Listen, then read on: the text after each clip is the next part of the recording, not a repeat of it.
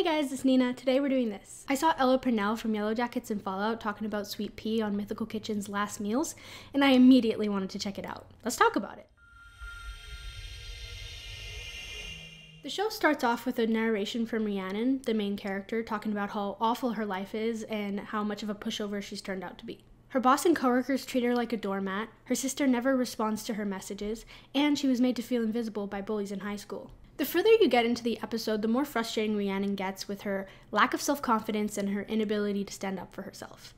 In this scene, her dad is literally dying, and she can't raise her voice up enough to get the nurse to come and help. I just want her to yell out. I guess that's the point of the show, though, because eventually she snaps and starts killing people. But I'm getting ahead of myself. Her dad ends up passing away, and at the funeral, we meet her main tormentor, Julia. Not only is she back in town, but we find out that she's been asked by Rhiannon's dismissive sister to sell their father's house, which Rhiannon is still currently living in. Rhiannon is once again unable to speak up properly when faced with her bully. After the funeral, we see her go back to work where no one really noticed that she was even gone. This is actually where we can see her boss more clearly, and he's actually played by Jeremy Swift, who plays Leslie in Ted Lasso. It's a complete 180 in terms of character. He ends up throwing his coat on top of her head as if she's a coat rack. He appears like a complete asshole in the beginning of the show, and he kind of still is by the end, but I do want to dive a little deeper into his character a bit later. She plucks up the courage to ask for the junior reporter position and is rejected on what appears to be misogyny, but in reality can just be taken as she doesn't have enough moxie. It's just you don't have the killer instinct. She goes back to her desk, disappointed and angry, and in walks a strapping young lad with what appears to be a lot of confidence, and he ends up getting the job that she was attempting to request. This makes her really mad. This is the point in the show where she actually starts to have ideas of possibly hurting someone, and she follows him out of the building holding her dad's knife. She ends up dropping the knife and coming up with some excuse as to why she was following him out there, realizing that she was having unhinged thoughts. Throughout the episode, there are occasional scenes where we see Rhiannon with her little chihuahua. Something about the dog being so innocent and a source of comfort for Rhiannon makes me feel a little uneasy. Like, is this her only comfort at the moment, the only source of love and happiness? Surely something's gonna happen to him. Or maybe he truly is the one that's gonna keep her sane. Then again, maybe it'll be her tipping point like in John Wick. And just as I was writing that note, we hear his whimper. And as I suspected, it is her tipping point. She goes to confront Rhiannon. What I think starts to become apparent in this confrontational scene is just how unreliable of a narrator Rhiannon is. She mentions how Julia killed her dog, when in reality we objectively know that that's not what happened. Obviously she means it metaphorically, as she was spiraling about Julia when she lost focus of her dog, but the fact that she's literally accusing her of it out loud, "You killed my dog?" is a bit of a delusion, as if Julia should take accountability for everything that goes wrong in Rhiannon's life. As much as Julia's bullying in school is totally on Julia and absolutely would have affected Rhiannon majorly, Julia's not wrong in this moment when she says, "Babe, I'm not in your life, so all the shit, that's on you." Rhiannon is blaming Julia for all of her current misfortunes, when in reality she's the one not standing up for herself, not speaking up, and not paying attention to her dog near a busy road. Julia hasn't even spoken more than a few sentences to her since she's been back in town. Yes, Julia has been a big part in shaping Rhiannon's personality, but she's not the one making decisions for Rhiannon. If anything, Rhiannon's sister should be getting more shit for pushing so hard to sell the house. Julia is just the realtor who was paid to do the job. It's definitely understandable why she's shifting so much of the blame onto Julia, because Julia has been the face of her trauma for so long. Trauma can absolutely cause irreparable damage to one's confidence and mental health, and clearly Rhiannon hasn't dealt with her bullying and she probably needs to in therapy. But Julia has a bit of a point here, even if she's delivering it in such a harsh way. Of course, her dog dying was the initial tipping point for Rhiannon to actually go and confront Julia, but the result of the conversation is what really pushes her over the edge. She leaves the bar and appears to be having some sort of panic attack or breakdown. A drunk guy accidentally pees on her, and she snaps and murders him after he says, "Didn't say ya," triggering her insecurities about being invisible and insignificant to the people around her. I will say I love the ending to this episode where she roars into the mirror with more confidence this time. Rawr.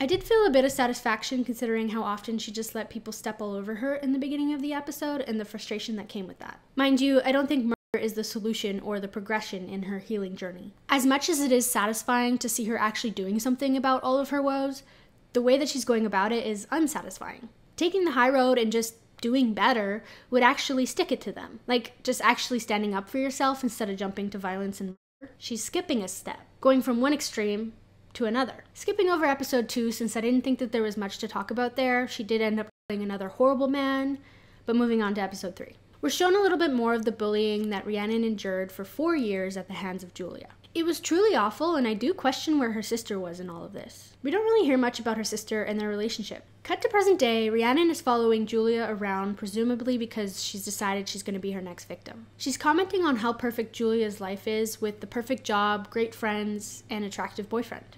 Immediately, this makes me wonder if Julia's life is as perfect as Rhiannon is making it seem. It's a common trope and theme to have the person whose life seems so perfect to actually be going through a lot more turmoil than appears. And again, Rhiannon is the one presenting this information to us, and I don't trust her view on the world. This also begs to question how bad Craig is made to appear as well. We're only seeing these characters through Rhiannon's traumatic viewpoint. Craig seems to show a little more interest in her newfound confidence, but I can't trust his intentions for this date, as he seems to be really more wanting to talk about buying her dad's business. And to be honest, I don't think that's a bad thing. I don't think he's like trying to imply that this is going to be a date and then he's going to swoop in and talk about the business. I think he pretty much made it clear that he wants to talk about his little package that he gave her.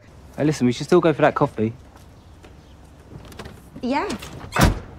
That would be great. Like, just to tell you my plans for the business. Craig ignoring her in episode 1 after, as Rhiannon told us they slept together, seemed a bit shit and mean, but seeing him in this scene truly wanting to grow her dad's business and having a passion for it. I mean, like, my main idea is, like, we need to start taking advantage of all these rich arseholes moving out of London, you know? Like, I'm thinking extensions, Yeah. garden What work. kind of music do you like? And her bulldozing him, just wanting to force this date thing. My other idea is, like, videos. We need to start doing it. Like, Sean is so good at all that TikTok stuff. Or we could talk about it later. And you could have some crumbles.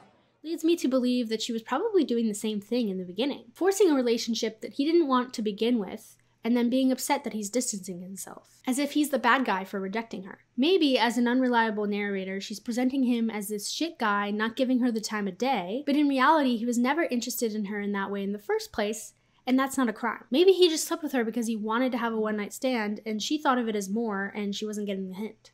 Although I do think that he should communicate that more clearly if that's the case. Maybe he continues to see her after this, mainly due to the sexual aspect, since he was meaning to leave and end the night, but Rhiannon presents the possibility of sleeping together and he's all about it. Skipping forward in the episode, this is more evident when Rhiannon goes to surprise Craig at work and she finds him with Julia. Personally, I don't fully see this as them flirting or trying to be together, but again, it's presented to us in a way that implies this is a possibility. Again, seeing it from Rhiannon's perspective. And although I think that they were just truly talking about how Julia might redecorate or renovate the house, we're able to see Craig's disinterest in pursuing a relationship with Rhiannon based on how he treats her in this moment, as if she's annoying and bothersome. He in no way appears to be happy to see her there, which you think he would if he liked her in that way. In the end, maybe he's just an immature guy stringing her along because he's not able to communicate what he wants. But there's more nuance to his character than what Rhiannon would have us believe. You're not a bad guy simply because you're uninterested in dating someone. And you're not even that bad for communicating this poorly. You just need to mature and grow and learn how to communicate properly. Speaking about this scene though, the way Craig and Julia are treating Rhiannon in this moment is quite annoying, honestly. Julia belittling her even though Rhiannon is having a pretty reasonable reaction to finding out Julia might be buying her house. She just lost her dad and dog, and this is the house that she was living in with both of them,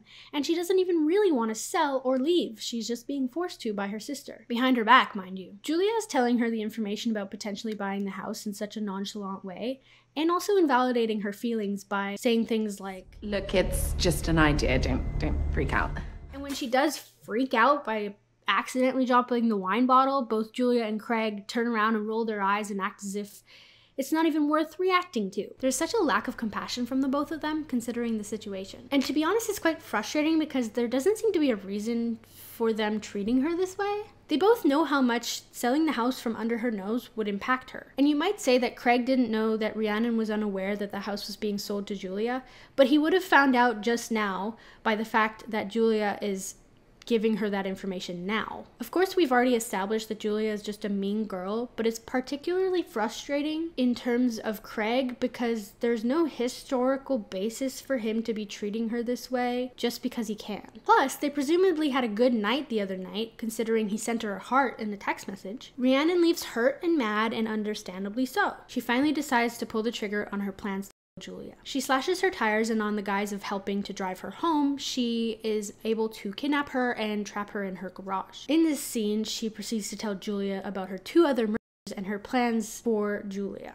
This is so stupid. Like, she shouldn't admit to anything. She should just stab her unexpectedly like she did with the 2 other guys. The whole time they were talking, I had anxiety about Julia somehow pushing past Rhiannon, getting away with Rhiannon's full confession. But that's the problem, isn't it? She wants her to know, she wants her to take accountability, and she wants closure from the bullying of her past. Even though they do have a scuffle and Julia almost escapes, Rhiannon manages to knock her in the head and regain control. She doesn't end up killing her right away though, because I think subconsciously she knows that it won't satisfy what she's truly craving, Julia's confession and valid reason for the high school bullying, which doesn't exist. Episode 4 starts with a twist where the detective working on the murder cases is actually the one narrating. We can see the parallels between the detective and Rhiannon. She also seems to be a pushover and overlooked at her work, but she has more of a moral compass in that she wouldn't actually ever try to kill people that are treating her poorly. And she's actually very mad and completely against people who would act on that instinct. This is actually what makes her a great match for Rhiannon, because she can get inside her head and understand her reasoning, but knows that it's not a boundary that should be crossed, and those who cross it should be discovered and punished. This makes for an interesting opponent for Rhiannon in that she almost has insider knowledge, and they will come to have a sort of Sherlock and Moriarty kind of dynamic. Even after her previous encounter with Craig, where he was a bit of an inconsiderate jerk,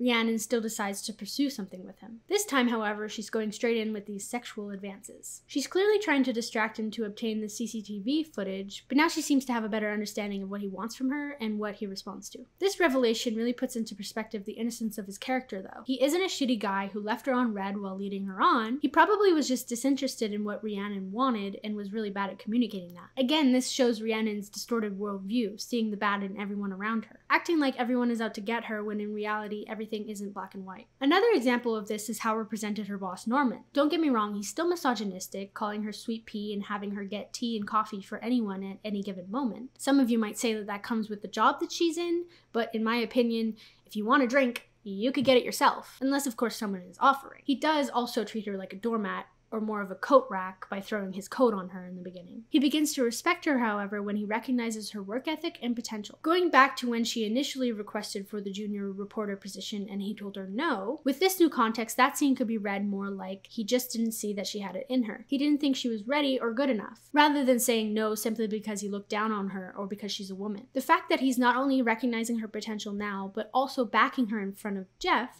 if it makes you that sad, Jeff, you can take a personal day, suggests that he was only trying to pick the best candidate for the role. And at the time, he really didn't think it was her. Like, he's actually giving her a chance now that she's vouching for herself and chasing those stories. He of course hired AJ due to nepotism, but again, that is information that we got from Rhiannon's perspective on the situation. He absolutely should have respected her as a person from the get-go without requiring her to be an asset to the Gazette, but my main point is, his character is not black and white. He is awful in some ways, but redeemable in others. His decisions are not solely based on hating Rhiannon or thinking little of her. Rhiannon, in my opinion, needs to stop viewing herself as a victim whom everyone is against, but as another normal person in the world who's dealing with everyday bullshit who needs to not take it on the chin and do something about it. Norman does still make small misogynistic comments later in the show. She was an attractive lass. I'd expect a big turnout. But these are things that Rhiannon can speak up about and speak up against. Stick it to the man where possible, but preferably not by murdering people. She actually does this in a more satisfying, insane way when she retaliates against a man-spreader on the bus. She puts her hand on his leg and asks him, Did I make you uncomfortable? turning it around on the guy by making him see how having someone else's body part in your personal space is not okay, and rude, and inconsiderate. A lot of her retaliation to the things she disagrees with thus far has been unhealthy and downright wrong, i.e. murder. But in this case, this was wholly satisfying and, in my opinion, a great way to teach someone the error of their ways. She should probably do more of this standing up for oneself, rather than jumping to the extremes. The further we get in the show, the more apparent it is that Rhiannon is locked inside of her own mind, having no awareness of the objective world around her. She's been so preoccupied with her own inner turmoil that she's completely missed how nice AJ has been to her and how he's liked her from the beginning, even before she became more confident. From the beginning, he seems to have seen her properly, whereas everyone else seems to overlook her. The sad part is, this is what Rhiannon has been wanting all along, but because of her preoccupation with Julia, etc., she herself has overlooked the one thing that she's actually been wanting: someone to see her. AJ asks her on a date, and she arrives expecting to see all of her coworkers, clueless to the fact that AJ likes her and is making it pretty clear. Now she has Craig in the way of that potential happiness because she wanted so badly to make him want her, to make the wrong puzzle piece fit. Now he sees her how he's always wanted to see her, but not as her true self. AJ saw her and liked her from the very first time they met, but she didn't even recognize what was right in front of her. Anyway, moving forward in the episode, Rhiannon finds Marcus outside the bar drunk, trying to get inside his car. She ends up getting him home safely, but the way he's behaving and talking about Julia makes it very obvious that he's the problem in their relationship. Rhiannon assumed the worst and thought that Julia was cheating on him with Craig, and that Julia is the one treating Marcus poorly. She ignores the red flags here and proceeds to go back home with the intention of finally Julia. She presents her findings to Julia smugly and implies that she knows just how awful she is and has been to her husband. She is so delusional. Clearly Marcus is the problem. Even the way that Julia is reacting to what she's saying makes it obvious. In the amount of text messages he sent her using flip-floppy emotional manipulation. Why won't you fucking reply? You always do this, you fucking bitch. Why are you always trying to hurt me? I'm going to kill you off, and it will all be your fault. It's fucking You're a How is she able to read those messages and take them at face value? Any person without her history with Julia would immediately read those messages and see how red flaggy they are. She's presented all this clear evidence that Marcus is a bad guy, and her immediate thought is that Julia is the problem. It's wild just how deep her obsession with Julia goes and how clouded her mind is to the world around her, focusing solely on the negative aspects of anyone who has wronged her. Once it starts to become clear to her that she was wrong all along and that Julia is actually the one being abused, I immediately hope that she decides to kill him instead. So far, she's killed 2 presumably awful men, and this gives her the opportunity to form a new MO where she, takes care of the awful men in the world. In the context of the show alone, I like this direction for her. She also starts to see that Julia is multifaceted and not solely a horrible person, which makes her question whether she even deserves to die and whether killing her would even be all that satisfying at this point. In episode 5, this leads to them having a heart-to-heart where Julia is allowed to clean herself up a bit. Rhiannon finally asks her why she bullied her so badly in school, and Julia responds with, There wasn't just one reason. Rhiannon once again assumes that she means that there were many reasons that she decided to specifically bully Rhiannon, but what she really means is that there were many reasons that she decided to bully in general, period. It wasn't necessarily about Rhiannon, but her own issues going on at home and within herself. Sadly, she won't get the reason that she's looking for on the matter because there is no answer that will be satisfying. Julia goes on to say, I feel sick. I hate myself. I'm sorry.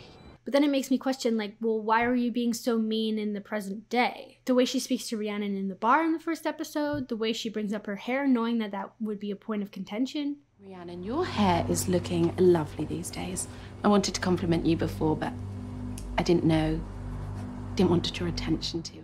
If that were true, you'd think that she would not continue to be a bully in the present day and maybe, presented an apology before any of this happened. Maybe she's just trying to make nice so that she can be let go. But she goes on to say, You don't have to be such a victim all the time. This is exactly what I've been saying. I just think it's a pretty convenient narrative you keep telling yourself. It's a narrative she's pushing, but in reality, she has the ability to view things differently about her life and herself, and she chooses not to. She wants so badly to see herself as someone who bad things happen to, or someone who people treat poorly for no reason, so that she doesn't have to take responsibility for how her life has turned out. Yes, the things that have happened to her are traumatic and hard to work through, but the only person who can work through them is Rhiannon herself. She needs to stop blaming others and take accountability for her present. It's becoming ironic how she continues to see herself as the victim, as she herself is now victimizing people and becoming the bully. She does this in a big way with the murders that she's committed and the kidnapping and psychological torture of Julia, but in smaller ways as well, like when she snaps at AJ during the organized search for Julia. When AJ asks her why she didn't mention that she knows Julia, she shouts, Why are you always just there? It's like you're obsessed with me. Which is exactly what Julia said to her in the first episode. It's like you're obsessed with me. It's fucking creepy. She's not realizing that she's behaving similarly to the person that she hates so much, but even spouting the same mean comments. And again, missing the fact that AJ is showing an interest because he likes and cares about her. But to be fair, in that moment, she was probably anxious because Marcus just threatened her. As she's walking out to attempt to kill Marcus and get rid of her problem, Jeff sees her with her knife out, about to him in the neck. She realizes that she's been witnessed and tries to chase him down on his bike and try to reason with him. He ends up getting hit by a bus and she just walks away. Why would she just walk away when there are clearly witnesses? This just makes her look more suspicious. She was chasing this man down, he gets hit by a bus and she just about-face turns? There could have been a reasonable doubt that she wasn't chasing him to harm him if she at least acted like she was concerned. If she went up to him to see if he was okay. Clearly he was not okay considering how much of him was splattered under the bus, but she could have at least feigned being upset, distraught, or worried. I suppose calling emergency services would probably put her in a tough spot again because the detective is already on to her and would make her suspicious, but these witnesses can just as easily say, yeah, she was chasing him and then she just walked away, which is just as suspicious. But I guess they don't really know who she is. Anyway, I just thought that was worth mentioning. Rhiannon comes up with a plan to get rid of her Marcus problem, especially considering Jeff was one of his points of contact and now he's dead, which would probably make her suspicious in Marcus's eyes. She proposes that they frame him for not only the kidnapping of Julia, but also the two murders that Rhiannon committed. This way, both Rhiannon and Julia will be free from their current predicaments. It wouldn't be unbelievable considering Marcus actually is an abusive husband, and he might have ended up doing this to Julia eventually anyway. I do love this new women sticking together to frame a horrible man situation, but is everything really just being put behind them? Is it really so simple? They not only have so much history of animosity between them, but Rhiannon literally just kept her captive and didn't give her much food and water, etc. Is Julia really just okay with letting her get away with that? Cut to episode 6. Rhiannon and Julia are in for questioning after they were found in a house with Marcus's dead body on the ground floor. The detective, who is certain that Rhiannon is the culprit for these murders, is trying to find a flaw in their story. She begins to essentially very accurately depict the story of why Rhiannon did what she did, and she uses the words, "I see you." I get it. I see you. Again, hitting on that trigger phrase. Also reiterating my theory that this detective is so similar to Rhiannon and even thinks similarly, but has a higher moral compass. As much as she is right about it all, she's going about it the wrong way. As her superior said, she has no real evidence. She says, "You're not overlooked. You're just not good enough." Which again brings to mind the idea that both Rhiannon and the detective see themselves as deserving roles that they haven't really earned yet. They both see themselves as victims of mistreatment, but in reality, they haven't stood up and proven themselves. No one will just hand you what you want. As much as it sucks that you know you're right and can't prove it, you can't put someone in prison with just a hunch. Like Rhiannon said, Usually, hunches are just a waste of time.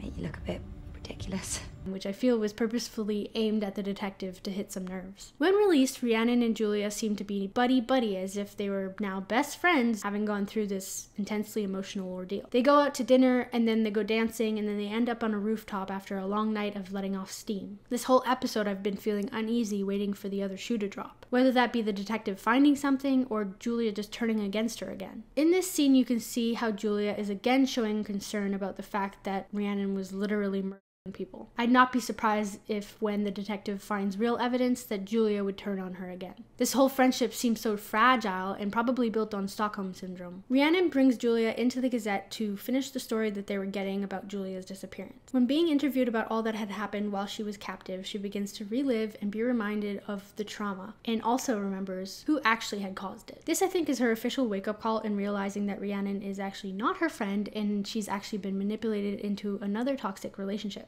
She leaves the building, and the next thing we know is that she has stolen Rhiannon's bank card, which she got from the night they went out dancing, and bought herself a plane ticket, presumably to get away from it all. After the interview, Rhiannon goes to break up with Craig since she's realized that she'd rather be with AJ. She again is seeing him as just some dumb guy, but he mentions the fact that she asked him to lie to the police about the fact that she was at the warehouse the night that Julia was taken. He makes it clear that he's not stupid and that he knows that something was going on. She brushes it off as things being really hard since her dad died, and he says, "I don't think you'd like who you are now."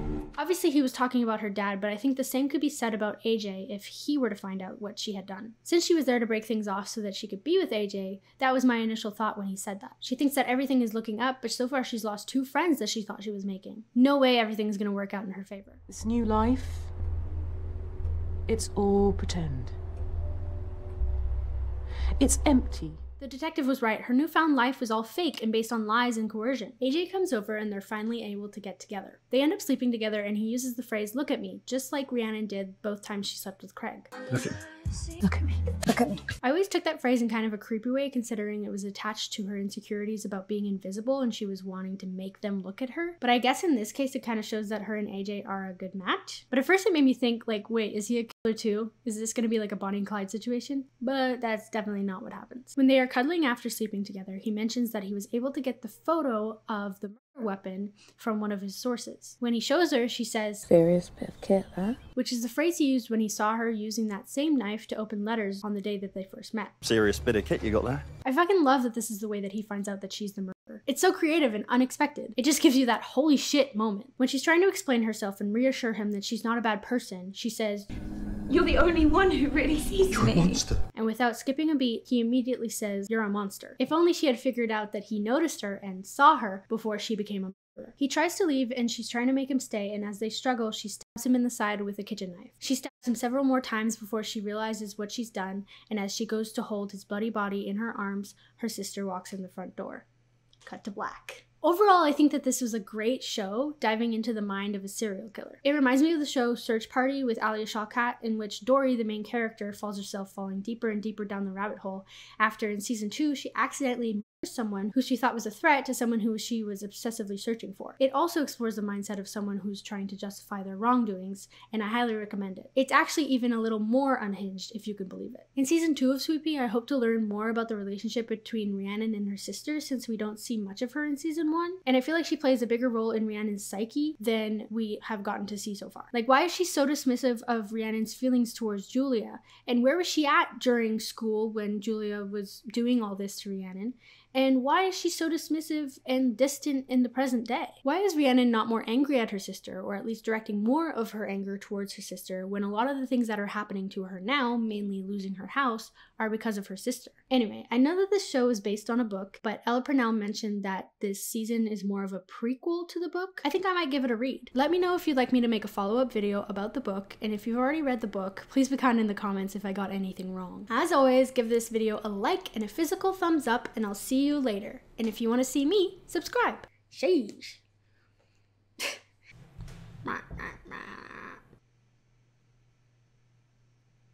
She stabs. Oh! I told you not to scare me.